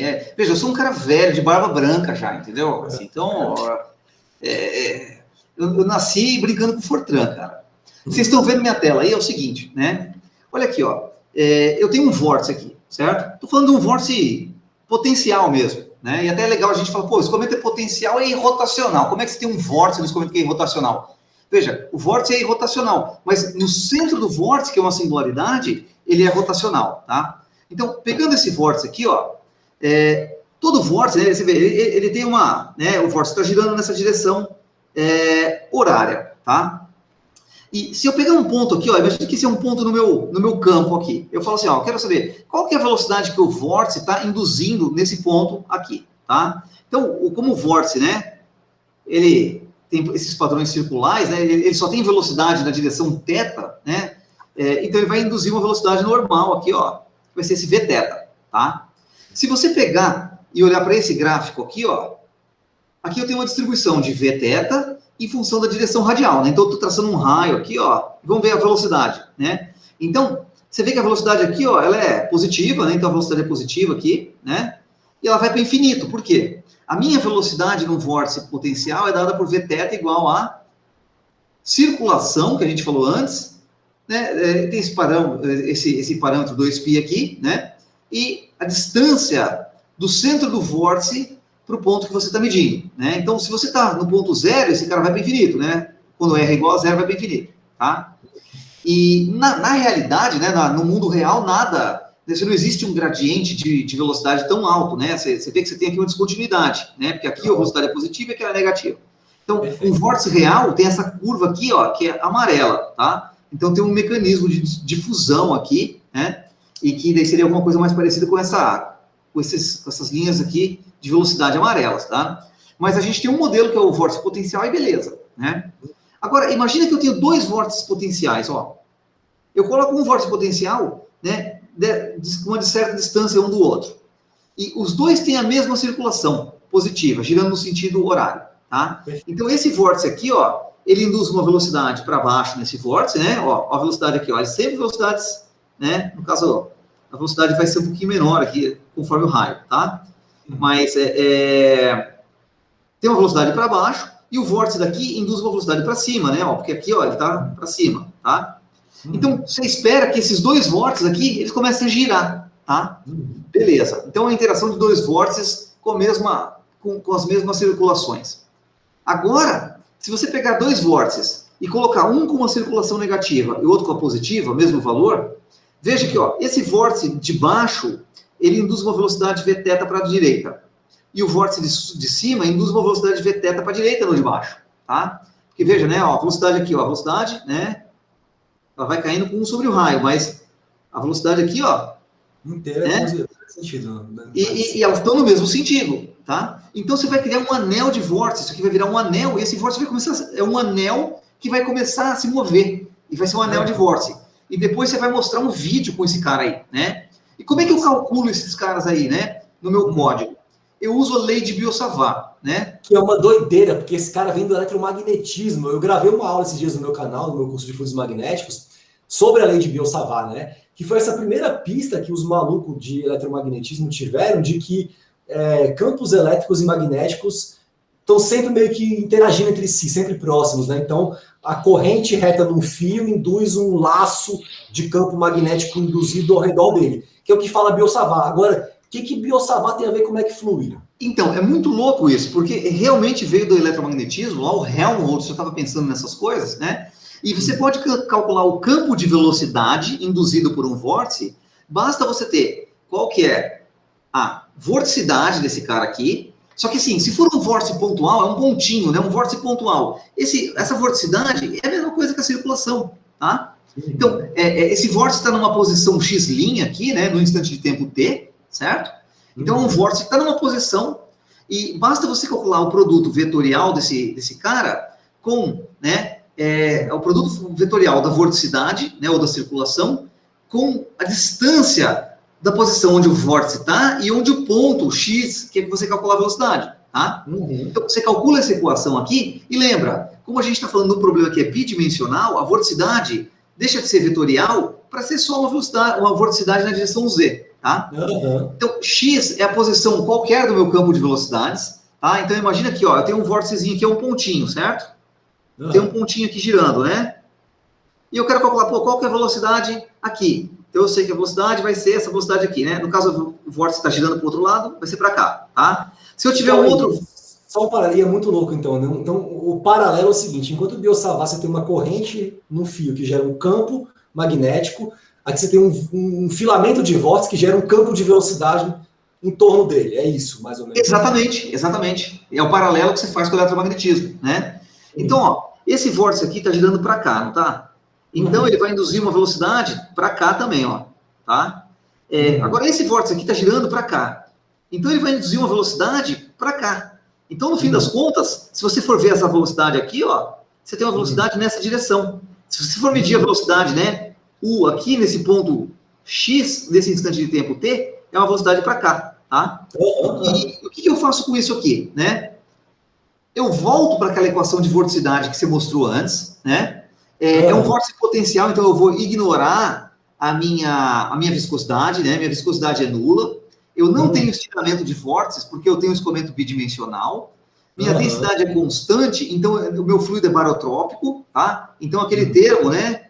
Esse termo barotrópico aqui, ó, o meu gradiente de densidade é nulo. Então, olha, cara, eu termino com uma equação, que é minha equação, essa equação aqui, ó, que é basicamente a variação da minha vorticidade com o tempo, seguindo um vórtice, é nula. Você não varia o vórtice, ele não dissipa, você não cria vorticidade, você não tem nada, né? Então, isso representa o seguinte, se você tem um vórtice aqui, ó, e você tem um escoamento U, esse vórtice vai ser advectado com o escoamento, e ele nunca vai mudar, tá? Mas o que eu faço é o seguinte, eu calculo, né, quando eu tenho vários vórtices, imagina que eu tenho um vórtice aqui, né? Os vórtices estão girando nessa direção aqui, tá? E esse vórtice está girando na direção ao contrário aqui, tá? Então, eu não tenho campo de velocidade, né? Quer dizer, eu não tenho uma velocidade transportando esse cara, né? Essa velocidade é nula. Mas um vórtice gera um campo de velocidade no outro vórtice e vice-versa. Então, esses vórtices vão ser transportados desse jeito. A velocidade, eu vou calcular com o método de Euler, né? Pô, o método mais bunda mole aqui, tá? O método de Euler, o que você faz? A minha posição do vórtice no instante de tempo n mais 1, tá? Vai ser a posição do vórtice no instante de tempo n, que é o inicial, mais a minha derivada desse cara, que é a velocidade, tá? Então, primeiro eu calculo assim, ó, qual que é a velocidade que esse vórtice induz nesse? É essa aqui. Qual que é esse induz nesse? Beleza. Então, eu sei que, ó, nesse ponto aqui, a minha velocidade é o θ, induzido pelo cara de baixo aqui, tá? E essa velocidade induzida você calcula via lei de Biot-Savart. Via Biot-Savart, exatamente. Então, eu calculo isso aqui via Biot-Savart. Essa é a minha velocidade, que seria o meu dx' dt, no instante de tempo n, né? Daí, eu acho, já que esse vórtice tem uma velocidade, ele vai se deslocar, né? O ΔX que ele vai andar é o U, né? É o U local, vezes o ΔT. Então, esse vórtice vai vir para cá e vai estar aqui. Ao mesmo tempo, eu calculo para esse vórtice aqui, que vai vir para cá. E aí, esse vórtice vai se mudar, né? Deixa eu mostrar umas simulações aqui, ó. Deixa eu mostrar agora. É só lei de Biot-Savart e equação de Euler para convectar e transportar os vórtices. Exatamente, tá? Você faz uma malha de cálculo, discretiza isso, calcula em cada ponto. Como é que você está exatamente o que eu vou mostrar, tá? Então, deixa eu mostrar minha tela aqui, ó. Tela inteira, beleza, vamos lá. Eu vou mostrar, primeiro vão ser uma simulação, ó. 2 vórticezinhos girando, ó. Eu coloco 2 vórtices com a mesma circulação, o que eu faço? Eu peguei esse domínio físico aqui, ó. Eu peguei ele e discretizei em vários pontinhos, tá? Então tem vários pontos aqui. Em cada ponto do domínio, eu calculo a velocidade induzida pelos vórtices, tá? E, inclusive, nos próprios vórtices. E aí eu calculo a velocidade induzida no instante de tempo t, tá? Com a lei de Biot-Savart. A lei de Biot-Savart me ajuda a calcular a velocidade em cada ponto do meu domínio, né? E eles estão girando e você impõe isso artificialmente, assim. Eu coloco uma circulação nos meus vórtices, né? E aí, assim, eu calculo a velocidade no instante de tempo t. Aí eu uso o método de Euler para achar qual que vai ser a posição do meu vórtice no instante de tempo n mais 1, tá? O ΔT mais ΔT. E daí o meu vórtice muda, ele se move. No que ele se move, ele já muda o campo. Como você coloca a circulação neles, assim, para eles estarem... Não, eu falo que o vórtice tem... Eu que falo, a circulação desse vórtice é gama, é igual a 1, igual a 2, entendeu? Entendi. E essa linha preta que fica... O que é essa linha preta que fica girando no centro? A linha, se eu não me engano, é a linha de velocidade U igual a 0. tá? Que bonito esse movimento, William, assim, cara. Então, Mesmo que não servisse para nada, já é bonito, né, velho? Assim, cara, eu fiz esse código aqui, assim, em meia hora, 40 minutos, tá? E se alguém tiver aí, se alguém tiver interesse, eu posso passar por e-mail, quem quiser ver o código aí, né? E ver como é que eu estou fazendo, calculando a lei de Biot-Savart, tudo. É um código bem simplesinho, que você pode pegar e gerar seu próprio vídeo e fazer quantos vórtices você quiser, fazendo uma loucura que você quiser, né? Que massa. Então, ó.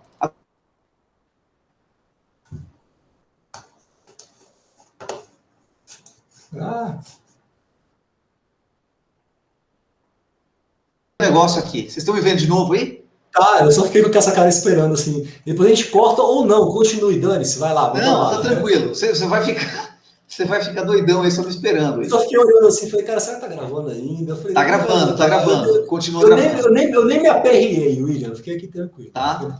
Agora eu vou mostrar a simulação daquele meu 2 anéis de vórtices, ó. Um anel de vórtice se movendo. Tá? Massa.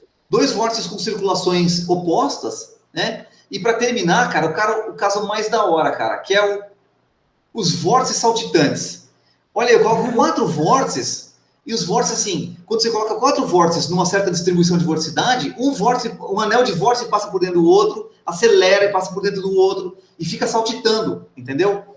E o mais legal é o seguinte, você vai falar, cara, que parada mais maluca é essa, né? Você tem um vídeo aí que mostra esse anel de vórtices, cara. Você quer compartilhar aí com a galera? Eu tenho, qual que é esse daí? Eu não lembro, deixa eu ver se cara, tem um daqueles videozinhos curtinhos que eu te mandei, né? O cara fez um experimento com isso, cara. Dá uma olhadinha num daqueles. Deixa eu ver se eu acho. Se você não achar, eu consigo achar ele aqui. Tip. É esse do que tem uns avião assim, velho? Sanders. Não. Vai.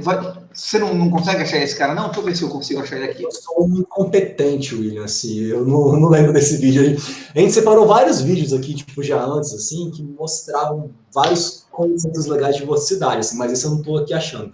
Inclusive, galera, daqui a pouco a gente vai fazer uma sessão específica só de react de vídeo maluco, psicodélico. Eu vou compartilhar minha tela, então, com a galera aqui, tá? Manda bala, William. Olha esse vídeo aqui, tá? Olha isso, não sei se vocês estão vendo. Agora vai começar a ver. Ah, esse leapfrog, é isso mesmo, eu tinha esse aqui. Tá? É um vórtice passando dentro do outro. Esses são os vórtices, né? O leapfrog é o salto da rana, então é os vórtices saltitantes, entendeu? Você vê. Caraca! O cara fez um experimento com essa parada aí, tá? Que massa, William. Assim, é muito legal você conseguir ver um experimento lidar com simulação, com a teoria, com a matemática. William, eu acho que a gente deu um rolê massa, velho. É a hora de brisar, cara. É a hora de brisar. É hora de brisar. Eu vou fazer a seguinte sugestão, velho. Vamos encerrar essa gravação aqui, iniciar uma nova com a brisa. Então, assim, galera, gratidão por terem nos assistido até esse momento, né? Agora a gente vai gravar um outro vídeo só com a brisa de reações a vídeos de vorticidade. Gratidão pela companhia. Só vídeo muito da hora, né? E assim, bom, agradeço aí o convite para participar dessa discussão, desse bate-papo. Cara, assim, voltem para assistir os vídeos, assistam os vídeos, que assim, é só vídeo doido, cara. A gente já volta aí.